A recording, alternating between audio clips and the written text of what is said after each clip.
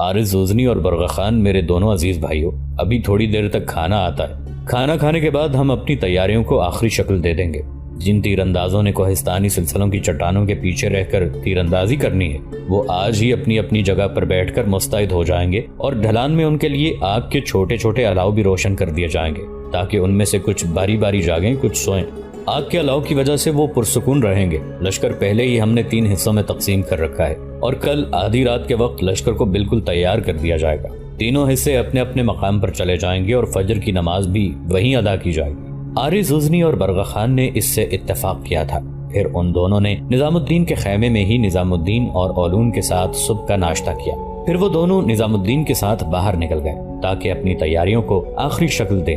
اگلے روز صبح سویرے ہی نظام الدین، عارض غزنی اور برغا خان اپنے اپنے حصے کے لشکر کے ساتھ بالکل تیار اور مستعد ہو چکے تھے۔ تیر انداز کوہستانی سلسلے کے اوپر بڑی بڑی چٹانوں کے پیچھے بٹھا دیے گئے تھے۔ ان کے پاس تیروں کے ڈھیر لگا دیے گئے، جبکہ تیر اندازوں کے پیچھے ڈھلان میں تینوں لشکر اپنی اپنی جگہ بالکل مستعد تھے۔ کوئی دیر نہ گزری تھی کہ منگولوں کا لشکر، جو اپنے بہترین سالاروں جائسی اور شیخ قنقو کی کمانداری میں پیش قدمی کر رہا تھا، وہ دریائے سندھ کے کنارے کنارے شمال کی طرف جانے والے راستوں پر نمودار ہوا۔ اس وقت چاروں طرف سناٹا تھا۔ منگولوں کا لشکر جب اس جگہ آیا جہاں ان کے سامنے 30 فٹ چوڑی خندق دریائے سندھ کے پانی سے بھر دی گئی تھی، تب وہ کچھ پریشان ہوئے اور رک گئے۔ اس وقت جائسی اور شیخی قنقو اپنے لشکر کے وسطی حصے میں تھے۔ انہیں فوراً اطلاع کر دی گئی کہ آگے خندق ہے جسے گھوڑے عبور نہیں کر سکتے۔ خندق بھی گہری ہے جس میں دریا کا پانی بھرا ہوا ہے۔ ابھی منگولوں کے دونوں سالاروں کو یہ اطلاع ملی ہی تھی کہ کوہستانی سلسلے کے اوپر سے ایسی تیز تیر اندازی شروع ہوئی کہ گھوڑوں پر سوار منگول اوہام کی چادر میں بے جان پیلے پتوں اور موسموں کی آگ میں جھلستے خواہش کے لالازار کی طرح ختم ہونے لگے۔ اس تیر اندازی کی وجہ سے سانسوں کی گزرگاہوں میں زندگی کی مانگ بیوہ ہونے لگی تھی۔ شب گزیدہ ساعتوں میں تماشا گاہ حیات میں قاتل سراب ناچ اٹھے تھے۔ ایسے میں جائسی اور شیخ قنقو نے کچھ مشورہ کیا۔ پھر جائسی زور زور سے اپنے لشکریوں کو مخاطب کرتے ہوئے کہنے لگا، اس تیر اندازی کی پرواہ کیے بغیر کوہستانی سلسلے کے اوپر چڑھنا شروع کر دو۔ یہاں ضرور مسلمانوں کا کوئی بھولا بھٹکا لشکر آن بسا ہے۔ ان سے ہونٹوں کی مسکراہٹیں چھین کر زمانے بھر کی تلخیاں ان کے چہروں پر سجا دو۔ ان کی زندگی کے خیموں کو ویران کر کے آنکھوں میں اشک بھر کے رکھ دو۔ اپنے سالاروں کا یہ حکم سنتے ہی منگول خوف کی کپکپی میں چیخوں کے کوہرام کی طرح رنگین سیال موت بن کر غضبناک اور وحشت زدہ ہو کر پیچ و خم کے لہراتے خروش بھٹکتی بلکتی لہروں کی طرح ان کوہستانی سلسلوں پر چڑھنے کی کوشش کرنے لگے تھے۔ ایسے میں اچانک سب سے پہلے نظام الدین نے اپنے کام کی ابتدا کی۔ وہ کوہستانی سلسلے کے دوسری طرف سے اسرائے کون و مکان کی حدود سے اپنے نہ ہونے کے اقرار کی ضد بن کر حیرت خیز طلسمات اور ماضی کے خونی سایوں کی طرح حملہ آور ہو گیا۔ منگول کوہستانی سلسلے کے اوپر چڑھنا بھول گئے اور اب وہ بڑی تیزی سے نظام الدین کے لشکر کی طرف لپکے تاکہ چاروں طرف سے اسے گھیر کر اس کا خاتمہ کرتے۔ ایسے میں جب کہ منگول لپک کر آگے جانے کی کوشش کر رہے تھے، ان کے وسطی حصے پر قہرمانیت کی طرح نمودار ہو کر برغا خان محکومیت کی ذلت، زردیوں کی نحوست سے دوچار کرتے ہست کے پراسرار ماحول میں موت کی نئی رتوں کے گیت سناتے، قضا خیز لمحوں سانسوں کو گروی رکھ کر ہولناک دکھوں سے تعارف کراتے، دربدری کے عذابوں اور کڑے لمحوں کی طوفانوں کی طرح حملہ آور ہو گیا۔ برغا خان کے اس طرح تیزی اور شدت کے ساتھ حملہ آور ہونے کے باعث وہ منگول جو نظام الدین کی طرف بڑھے تھے رک گئے۔ وہ ابھی شش و پنج میں ہی مبتلا تھے کہ برغا خان جو ان کے وسطی حصے پر حملہ آور ہوا تھا اس کا دفاع کیسے کریں، اس لیے کہ ان کے لشکر کے اس حصے میں ان کے دونوں بڑے سالار جائسی اور شیخی قنقو موجود تھے۔ یہ شش و پنج جاری تھا کہ پشت کی طرف سے عارض غزنی اپنے حصے کے لشکر کے ساتھ جذبوں کی توقیر سے محروم کر کے بے تحریر دکھ میں مبتلا کرتے آگ و خون کے صحاب کی طرح نمودار ہوا۔ پھر وہ منگولوں کے لشکر کے پچھلے حصے پر دلوں کی گہرائیوں میں گرم سایوں کی طرح رقص کرتے موت کے دستے خونی موسموں کی رانائیوں میں یاس کے نوحوں سلگتے صحرا اور خزاں کے سایوں کی طرح گھس آنے والے غیر مرئی سرابوں کی طرح ٹوٹ پڑا تھا۔ جوابی کارروائی کرتے ہوئے منگول بھی اندھی قوت اور انوکھی طاقت کی نمائش کرتے ہوئے سناٹوں کو چیرتے لمحوں، بپھرتی موجوں کے بگولوں، کفن اوڑے طوفانوں، بھوکے گدوں کی طرح اپنے گندے پروں کو سمیٹتے سیاہ چونچ کھولے چیخیں مار کر جھپٹ پڑے تھے۔ جس وقت ہولناک ٹکراؤ شروع ہوا، نظام الدین کے کچھ منچلے اور زندہ دل جوانوں نے زور زور سے پکارنا شروع کر دیا تاکہ منگول سن سکے۔ انہوں نے یہ کہنا شروع کر دیا تھا کہ منگولوں پر حملہ آور ہونے والے اس لشکر میں سلطان علاء الدین کے نامور سالاروں نظام الدین اور عارض زوزنی کے علاوہ ٹنڈرا کے میدانوں کے تائشوت قبیلے کا سردار برغا خان بھی شامل تھا۔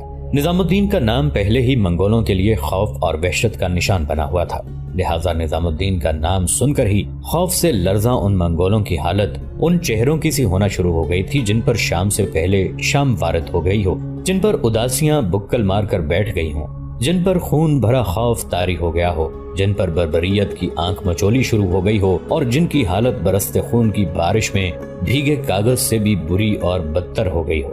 منگول نظام الدین اور عارض زوزنی کے نام سن کر آگے بڑھنا بھول گئے تھے اور کوشش کرنے لگے تھے کہ پیچھے ہٹ کر اپنی جانیں بچانے کی کوشش کریں۔ اس سے نظام الدین، برغا خان اور عارض زوزنی نے خوب فائدہ اٹھایا اور تینوں اطراف سے منگولوں کا قتل عام شروع کر دیا۔ اب میدان کے اندر بربادی کی علامتیں، آسیبوں کے سائے، نفرتوں کی یلغار، لہو کے بہاؤ، دلوں کے گھاؤ رقص کرنے لگے تھے۔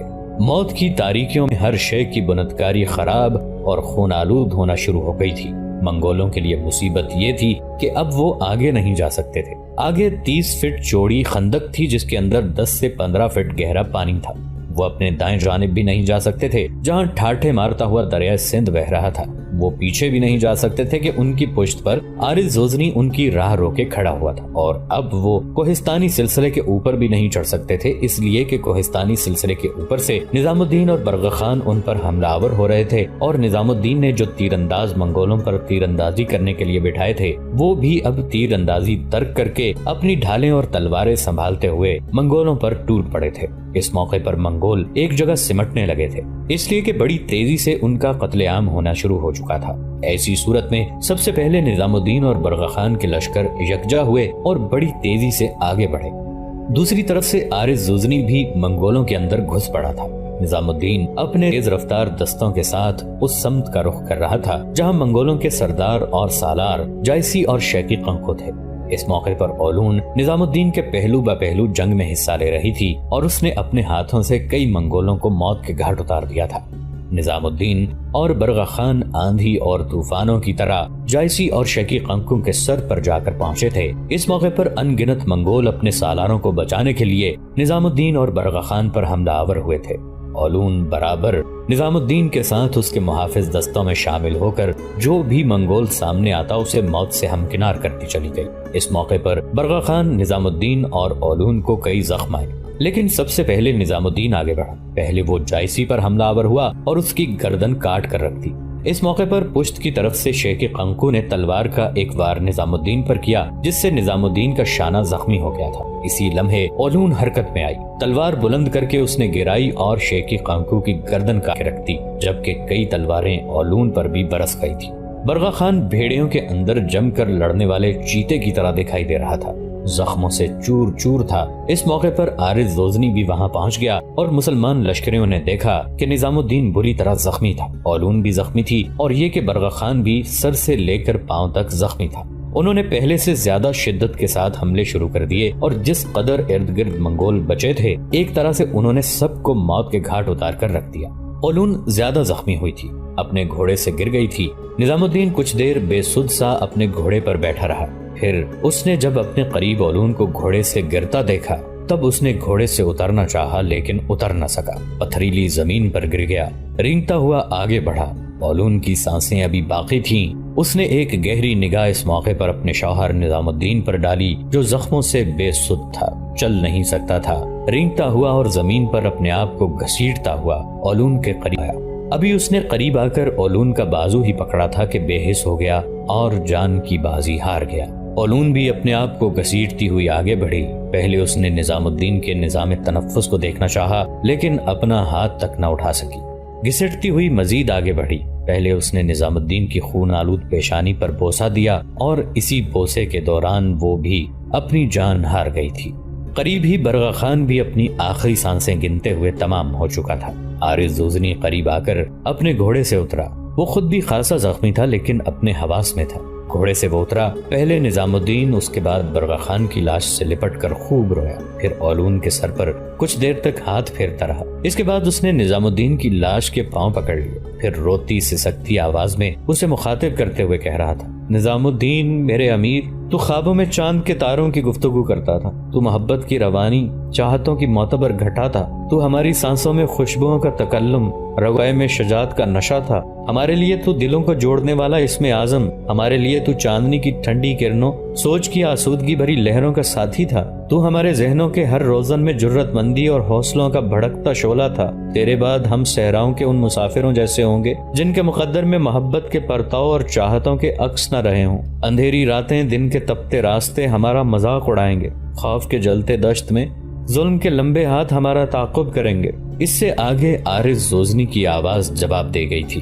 وہ سسک پڑا تھا، ہچکیاں لیتے ہوئے رونے لگا تھا۔ عین اسی وقت وہ چونک پڑا، اس لیے کہ اسے اپنے پیچھے زور سے کسی کے سسکنے، ہچکیاں لینے اور رونے کی آواز سنائی دے رہی تھی۔